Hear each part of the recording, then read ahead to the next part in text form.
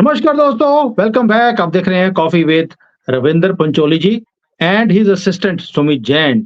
रविंदर जी, नमस्कार, जय हिंद। जय भारत, जय हिंद, जय श्री राम।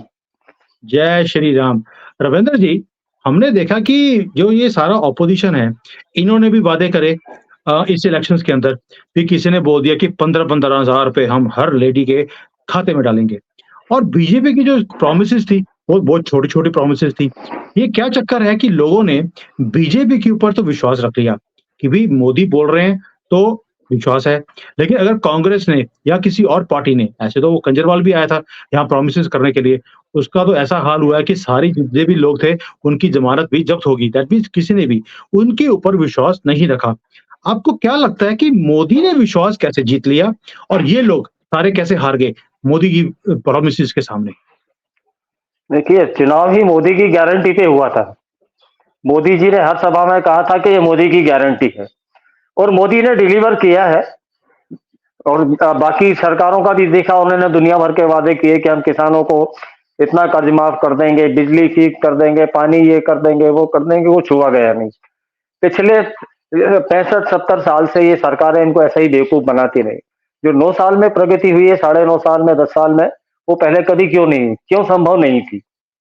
लोग हुँ, कंपैरिजन करते ना कि भाई ये शिवराज के शासन में कह लीजिए या योगी के शासन में कह लीजिए, मोदी के शासन में और मनमोहन के शासन का आप कंपैरिजन करें तो लोग आजकल पढ़े लिखे समझदार हैं। अब वो जमाना नहीं है कि आज चेन्नई में क्या हो रहा है तो वो 3 दिन बाद यहाँ पता लगेगा, वो 30 सेकंड के अंदर अंदर यहाँ खबर आ जाती है। तो अब वो लोग ट्रू। इतने मतलब अनभिज्ञ नहीं रहे, हिंदी में जिसको कहते हैं अनभिज्ञ नहीं रहे, और अंग्रेजी में कह लिए अननोन नहीं रहे।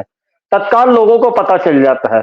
सबसे बड़ा प्लस पॉइंट ये हो गया कि मोबाइल की क्रांति से एक देश में भी क्रांति हो गई है। तो हर हुँ, एक के हाथ में तुरंत खबर आ जाती है कि चेन्नई में क्या हुआ, यहाँ क्या हुआ, किसने वहां क्या बका और किसने यहाँ उसका क्या जवाब दिया। और मोदी जी ने जो अपनी गारंटी क्या कहा था, तो लोगों को ये नहीं पता है। जो बड़े बड़े मथाधीश बैठे हैं दिल्ली में, बॉम्बे में, अपने आप को भारी पत्रकार और भारी डेटा एनालिस्ट और पॉलिटिकल एनालिस्ट बोलते हैं, वो ग्रास रूट की चीजों को हमेशा इग्नोर करते हैं। देखिए, 80 करोड़ लोगों को मोदी जी राशन दे रहे हैं। ये पूरा 80 करोड़ जो वर्ग है, ये लाभार्थी हो गया, जिसको लाभ मिल रहा है, राशन के कार्ड पे उसके घर में खाना आ रहा है। तो एक एक आदमी को अगर मान लीजिए 5 किलो आटा मिल रहा है या 5 किलो चावल मिल रहे हैं, 2 किलो चावल मिल रहे हैं, 1 किलो दाल मिल रही है, तेल मिल रहा है, शक्कर मिल रही है, घर में 5 लोग हुए तो उन 5 लोगों का तो महीने भर का गुजारा हो जाता है। बाकी जो वो मेहनत मजदूरी करते हैं या बिजनेस करते हैं, तो वो तो उनके बचत का पैसा हो गया। उस बचत के पैसे को बाजार में खर्च कर रहे हैं, तो वही आपकी इकोनॉमी पे रिफ्लेक्ट हो रहा है। सीधा सीधा सीधा गणित है ये। अपार्ट फ्रॉम दिस, आपके देखिए, कांग्रेस सरकार में भी इंदिरा आवास योजना चलती थी, उसका इंप्लीमेंट कितना हुआ? जो आजकल प्रधानमंत्री आवास योजना जिसका नाम हो गया है, ये इंदिरा गांधी के जमाने शुरू हुई थी कि इंदिरा आवास योजना कांग्रेस सरकार ने शुरू करी थी। कितने लोगों को लाभ मिला उसका गिन लीजिए, और उसकी स्पीड क्या थी, और मोदी के आने के बाद क्या स्पीड हो गई। गरीबी हटाओ का नारा इंदिरा गांधी ने दिया था, कितनी गरीबी हट गई और अभी कितनी गरीबी हट गई। ये सारे डेटा लोगों के पास अवेलेबल है। देखिए अब सर, इसके अलावा, हाँ, मैंने एक चीज़ देखी है कि जो मोदी जी है, जो मोदी जी का कनेक्ट है लोगों के साथ, नीचे गाँव का जो आखिरी आदमी है, उसके साथ भी जो कनेक्शन इन्होंने बनाया है, ये कैसे बना लिया? मोदी जी तो दिल्ली में बैठे हैं, भई गाँव-गाँव में कनेक्शन, ऐसा क्या कर दिया जलवा इन्होंने कि हर एक आदमी उनके साथ कनेक्टेड फ़ील करता है और मोदी की झलक देखने के लिए उतावला रहता है। ऐसा क्या ज जादू है इनके पास? देखिए, मोदी जी ने एक नमो ऐप लॉन्च किया है। नमो ऐप के थ्रू वो घर घर में हर एक के मोबाइल में घुसे हुए हैं। मुझे कोई समस्या रखनी है, मैं भेजता हूँ नमो ऐप पे, मोदी जी को पीएमओ में तक जाती है। इंपॉर्टेंट उनको कुछ लगता है या मेरा अचीवमेंट उनको कुछ ऐसा लगता है कि वाकई में है, तो वो मन की बात में उस आदमी से बात भी करते हैं और उसका जिक्र भी करते हैं। मन की बात में आपका नाम ले लेके भाई सुमित जैन चाइना में बहुत अच्छा काम कर रहे हैं, पूरे हिंदुस्तान में सुमित जैन का नाम हो जाता है। तो ये जो उन्होंने पीपल टू पीपल कनेक्ट किया है, इसके अलावा वो जितनी भी लाभ ये आपकी योजनाएं चल रही हैं केंद्र सरकार की, आयुष्मान कार्ड हो या ये राशन का हो या घर घर जल वाला जो प्रोग्राम चल रहा है, इसमें वो आपका लोगों से ऑनलाइन डायरेक्ट कनेक्ट होते हैं, वीसी के थ्रू कनेक्ट होते हैं कि हर शहर में या हर स्टेट में कुछ लोगों को इकट्ठा कर लिया जाता है और उनसे मोदी जी सीधे बात करते हैं। जैसे आज ही उन्होंने बात करी थी विकास योजना पे और उसका सारा बात करी थी हर स्टेट में। उन्होंने लोगों से पूछा, महिलाओं मैक्सिमम था महिलाओं से संबंधित, तो उन्होंने बिहार से लेके जम्मू कश्मीर सब जगह करा और ये योजना लागू हुई थी। भारत विकसित भारत यात्रा लॉन्च की थी 15 नवंबर को झारखंड। संकल्प यात्रा, विकसित भारत संकल्प यात्रा। हाँ, विकसित भारत संकल्प यात्रा 15 नवंबर को चालू करी थी इन्होंने। आज है सर 9 दिसंबर, 1 महीना भी नहीं हुआ है। इन 20-21 दिनों में ये संकल्प यात्रा जो इन्होंने वैन रवाना करी है, ट्रक रवाना किए हैं, उसमें लोग हैं 40,000 गांव ये अभी लोग अभी तक कवर कर चुके हैं और 1.5 करोड़ लोगों से ये संपर्क साध चुके हैं। ये जिस गांव में जाते हैं वहां के सारे लाभार्थी हैं या जो नहीं भी लाभार्थी बुलाते हैं, जिसको सरकारी योजनाओं का लाभ नहीं मिलता है, ऑन द स्पॉट उसका सारा सॉल्यूशन करते हैं, जो फॉर्म भरने हैं वो सब करते हैं और उसको वो लाभ मिले वो पूरा अश्योर करके जाते हैं। अब आप ये सोच लीजिए कि 20 दिन में 40,000 गांव, एक गांव की आबादी एवरेज अगर आप 3,000 पकड़ के चले तो कितने लोगों तक पहुंच गए? 5,000 तक पहुंचे तो और ज्यादा हो जाता है। 1.5 करोड़ लोगों से व्यक्तिगत रूप से मोदी जी की योजनाएं पहुंच चुकी है 20 दिन में। और अभी 2024 के चुनाव में कितना समय है? 6 महीने। 6 महीने। ये 6 महीने में आंकड़ा कहां पहुंच जाएगा? 100 करोड़। और सबसे अच्छी बात ये हुई है कि हर घर में जो महिलाओं का प्रतिशत है 95% मोदी के वफादार वोटर हैं। मेरी यहाँ पत्रकार मित्र से आज बात हो रही थी तो उन्होंने कहा कि सर देखिए मेरे घर में मेरी सरकार तो चलती नहीं है, मैं तो अल्पमत में हूं। मैंने कैसे? कि हम बाप और बेटे हैं, मेरी मदर है, मेरी वाइफ है और 2 बेटियां हैं, कि मोदी जी के खिलाफ तो कुछ बोल ही नहीं सकते। तो कि ये 75% वोट तो उधर पक्का है, तो मेरी क्या सरकार चलेगी?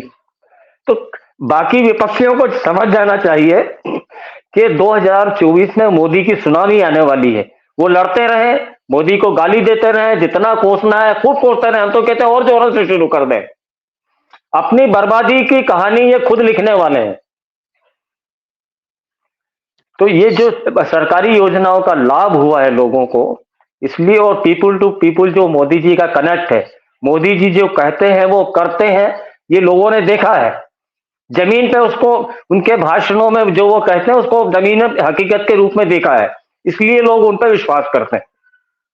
सर जो आपने बोला कि विकसित भारत जो संकल्प यात्रा है, इसके अंदर जब वो लोगों के पास जाते हैं, मैंने कई ऐसी वीडियोस भी देखी हैं, जैसे कश्मीर था, बिहार था, वहां पर उन्होंने लोगों को पूछा कि भाई आपको ये स्कीम्स मिल रही हैं?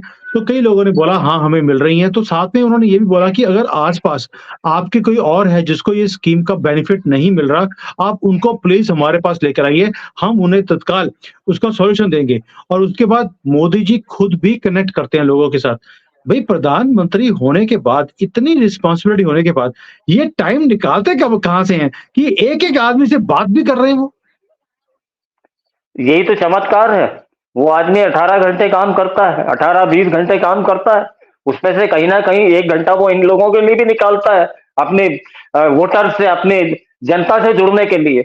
भारत में कितने प्रधानमंत्री हुए हैं जिसका जनता से ऐसा सीधा कनेक्ट था, पीपल टू पीपल कनेक्ट था? इतने प्रधानमंत्री में कोई एक प्रधानमंत्री का नाम बता दीजिए आप। कभी सुना ही नहीं हमने सर कि भी उन्होंने लोगों के साथ ऐसा कनेक्शन बनाया हो। मैंने एक वीडियो देखा था जहां पर शायद कुछ श्रमिक थे जिन्होंने शायद पार्लियामेंट की बिल्डिंग बनाई थी, वहां पर जब ये गए तो उनके साथ बैठ के इन्होंने फ़ोटो खिंचाई, वो सारे ज़मीन पे बैठे हुए थे और इनके लिए कुर्सी रखी गई। इन्होंने कुर्सी उठा के फेंक दी, उनके साथ बैठे और बोले, "यार मेरे से इतना दूर क्यों बैठे हो? पास आके बैठो।" तो वो चीज़ें हैं जो टच करती है लोगों को। ये जो आप घटना बता रहे हैं, ये संसद भवन का जब वो देखने गए थे, उद्घाटन हुआ था, उसके बाद सैनिकों के साथ उन्होंने फ़ोटो खिंचाई थी, साथ में ही यस। बैठ के उनके। ऐसा ही विश्वनाथ कॉरिडोर में भी यही था। तो वो जो बिल्कुल नींव का पत्थर है, उसको याद रखते हैं कि ये जो बिल्डिंग खड़ी है, ये इस नींव के पत्थर के कारण इतनी ऊंची खड़ी है। ये नींव का पत्थर नहीं होता तो ये बिल्डिंग खड़ी नहीं होती। नहीं तो सर, वो बिल्कुल बिल्कुल बिल्कुल एक बात सही साथ। कह रहे हो। हाँ। नहीं, बिल्कुल सही कह रहे हो आप, क्योंकि जो मैं वीडियोज़ देखता हूँ, मैं सारी चीज़ें देखता हूँ, मेरे तो खुद के रोंगटे खड़े हुए थे देखकर कि एक प्रधानमंत्री उन्होंने एक ऐसी ड्राइव शुरू करी है नवंबर में, शायद हो सकता है कि ये 2024 की इलेक्शंस की तैयारी हो। आई डोंट नो कि क्या स्ट्रैटेजी है इनकी, कि एक-एक गाँव में जाना, लोगों के साथ कनेक्ट करना और जो आप बोल रहे हैं, बिल्कुल सही कह रहे हैं कि जो होम मिनिस्टर है घर की, वो तो लेडीज़ ही हैं और उनके साथ जो इन्होंने पकड़ बनाई है अपनी, अपनी सारी स्कीम्स के थ्रू और वाक़ई में जो प्रॉमिसेस किए थे, वो एक-एक पूरा किया भी है और शायद इसीलिए जो ये स्टेट के इलेक्शंस है वहाँ पर ऑपोज़िशन की चली ही नहीं। अगर मोदी जी ने बोला मैं आपको ₹1500 या ₹2000 महीना दूँगा, तो लोगों ने विश्वास किया।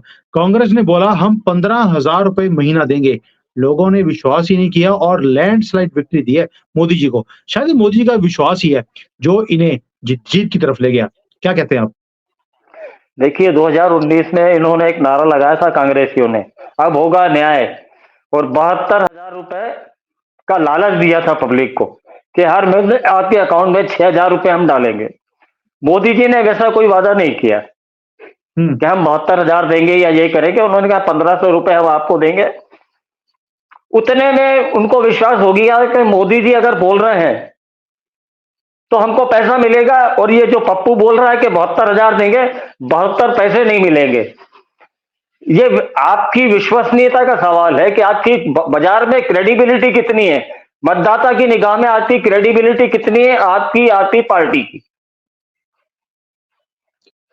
सर बात सुनो, ये तो फिर वही वाली बात होगी जैसे बिज़नेस में हम लोग देखते हैं कि दूसरे आदमी की क्या क्रेडिबिलिटी है, उसके हिसाब से हम काम करते हैं, विश्वास करते हैं और आगे के रिलेशन भी बनाते हैं। तो पॉलिटिक्स भी आजकल ये बिज़नेस की तरह हो गया है कि भई अगर हमें विश्वास है तो हम इसके साथ काम करेंगे, इसको वोट देंगे, नहीं तो हम नहीं देंगे। It is just like business that means. नहीं, बिजनेस की बात नहीं है, आपको सुविधाएं मिल रही है। आप जिसको वोट दे रहे हैं, आपका वोट आपने जिस पार्टी को दिया है वो जस्टिफाई कर रही है कि आपने हमें सही वोट दिया है, हम आपके हितों के लिए काम कर रहे हैं। आपको लूट नहीं रहे हैं कि 1 रुपया भेजा तो 15 पैसे ही पहुंच रहे हैं।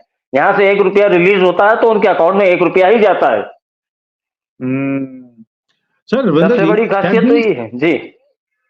जो इन्होंने स्कीम निकाली, मैं तो जब ये स्कीम के बारे में मैंने सुना, पहली बार सुना है मैंने तो आपने जैसे पूरा डिटेल में बताया सभी को कि ये विकसित भारत, ये संकल्प यात्रा क्या चीज़ है और जो ये कनेक्ट है, जैसे वैन्स जा रही हैं पूरे गाँव-गाँव में, इसका मतलब है कि मोदी विल बी अनस्टॉपेबल इन 2024 अगर ऐसा कनेक्ट है और इतनी ग्राउंड वर्क किया जा रहा है, मुझे नहीं लगता कि कोई मोदी को हरा सकता है 24 में।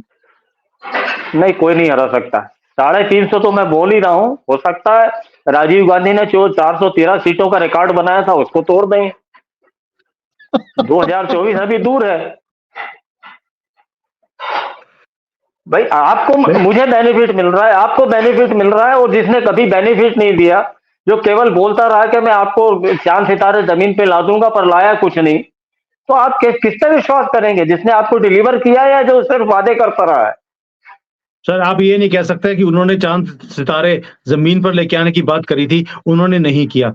आप देख लीजिए केरला के अंदर, वहाँ पे हरे रंग का झंडा विद चाँद चाँद सितारे वहाँ पे फहराया जाता है। आप कैसे बोल सकते हैं कि इन्होंने चाँद सितारे ज़मीन पर लेके आने की बात करी थी, इन्होंने पूरा नहीं किया? नहीं, ये तो पूरे हिंदुस्तान में चांद सितारे वाला झंडा लहराने के लिए बात करते हैं ना। हुँ। आपने अभी सुप्रिया सिनेट का बताया कि वो कह रही कि मुसलमानों को 25%, 30% रिजर्वेशन मिलना चाहिए। क्यों मिलना चाहिए भाई? आप दूसरी सबसे बड़ी आबादी हो देश में। आप पहली बात हुँ। अल्पसंख्यक कैसे हो गए? आप जैन हो, आप अल्पसंख्यक हैं। मैं ब्राह्मण हूं, मैं अल्पसंख्यक हूं। आपको मेरे को रिजर्वेशन मिल रहा है क्या? सर हमें हमारे चाहिए नहीं, रिजर्वेशन की बात करो ना। नहीं, इसके सर अलावा हमें फिर चाहिए आपने ही वो नहीं। नहीं, हमें हम नहीं तो चाहिए। जैन है। We are less than 0.5% of this population, of India's population. 27% tax Jain देता है सर, और हम इस पे गर्व करते हैं कि we are not minority of this country, we are भारतीय, और भारत की तरक्की में हम अपना योगदान दे रहे हैं। हमें अल्पसंख्यक की कैटेगरी हमें चाहिए नहीं। नहीं तो वही तो बात है कि क्यों आप इनको इतना मतलब लगातार आप इनको पैम्पर करने की कोशिश करते हो, तुष्टीकरण की नीति क्यों अपना रहे हो? आपको क्या लगता है कि मुसलमान के वोट से आप जीत जाओगे? इतने चुनाव हारने के बाद अगर कांग्रेस को ये समझ में नहीं आ रही है कि वो किस दिशा में जा रही है, तो ये मानकर चलिए कि ये जो साउथ और नॉर्थ और दुनिया भर के जो बांटने वाली नीतियों पे काम कर रहे हैं, ये इनके मुंह पर जूता बन के पड़ने वाली है सारी नीति। सो दैट मीन्स हिंदू कहीं ना कहीं समझ गया है कि भाई मोदी जी एक्चुअल जो वादे कर रहे हैं पूरे कर रहे हैं। ये चांद सितारे देने की बात करते हैं, वो भी गलत नहीं बोल रहे। इन्होंने चांद सितारे वाला झंडा पूरे देश में फैलाने की बात कर ली है, इन्होंने मन बना लिया है। और कहीं ना कहीं लोग सोचते हैं कि भाई हमें ये चांद सितारे वाला झंडा नहीं चाहिए। उन्होंने तो अपना अलग कंट्री बना लिया था चांद सितारे वाला। अगर आपको है प्रॉब्लम है, दफा हो जाओ यहाँ से। ये लोग बोल रहे हैं कि यहाँ से दफा हो, उस कंट्री पे चले जाओ ना, वहां पर ये धक्के खा के वहां पे नहीं जाएंगे, ये यहीं पे ये रहेंगे और हमें तंग करेंगे। दैट मीन्स कहीं ना कहीं लोगों ने भी मन बना लिया कि मोदी है तो मुमकिन है, जो कुछ ये बोल रहे हैं ऐसे ही नारा नहीं लगता।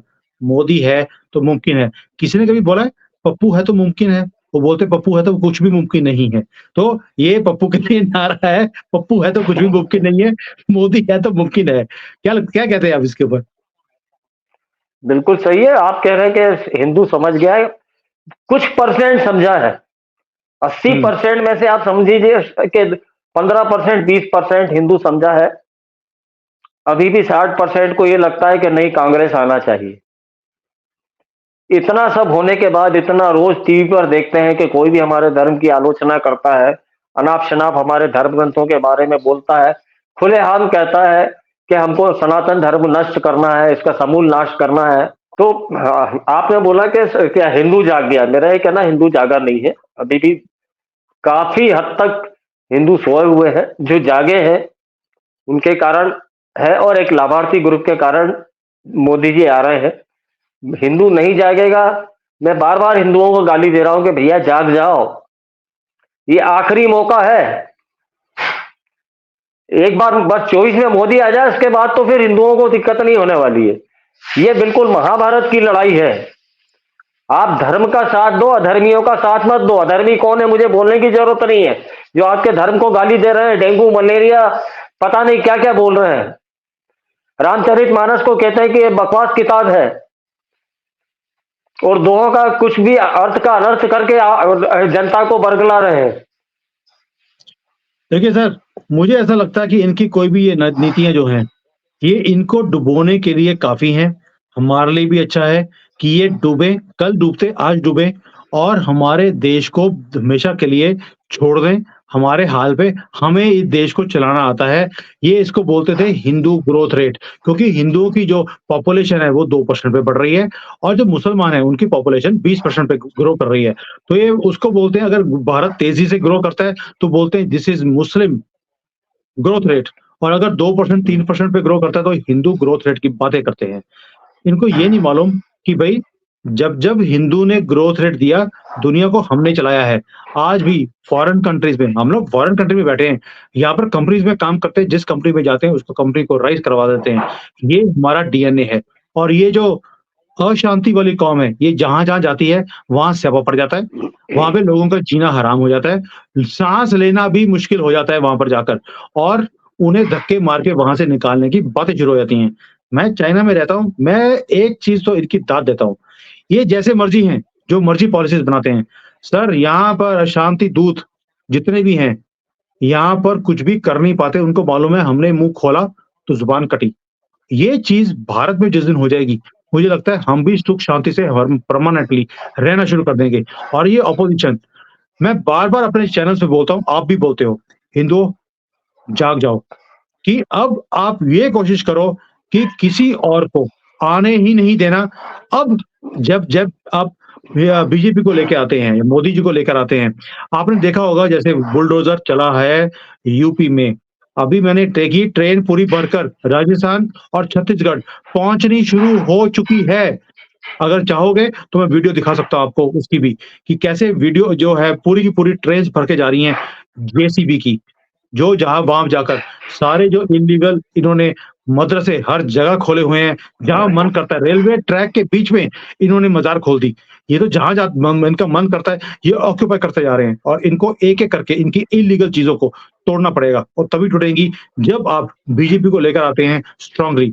तो मैं बार-बार अपील करता हूँ, रविंदर जी भी बार-बार अपील करते हैं कि इनकी जो तुष्टीकरण की नीतियाँ हैं, इसके खिलाफ खड़े हों, अपने धर्म को और देश को बचाने की बात करें। बीजेपी में जैसे मोदी जी गारंटी देते हैं और गारंटी के साथ में वो काम करके भी दिखा रहे हैं। अभी भी अगर आपकी आँखें नहीं खुलती, तो आपका तो बस अल्लाह ही मालिक है। भगवान आपके लिए कुछ नहीं कर सकता इसके बाद। रविंद्र जी, आज इस बात को यहीं पे विश्राम देते हैं। मोदी जी का जो ये विकास, जो विकसित भारत संकल्प यात्रा है, आई एम वेरी हैप्पी कि आज हमने इसके ऊपर बात करी। लोगों को पता ही नहीं है कि मोदी जी क्या काम कर रहे हैं, कैसे कनेक्ट कर रहे हैं लोगों के साथ और आपने भी बड़ी विस्तार के साथ इसको समझाया है। Thank you so much for your time और किसी और चर्चा में दोबारा मुलाकात होएगी। जय भारत, वंदे भारत मातरम। जय भारत। जय Bharat. Hi there. If you liked the video, please don't forget to smash the like button, subscribe to our channel, and activate the bell icon so that you receive all notifications whenever we upload a new video. Thanks for watching.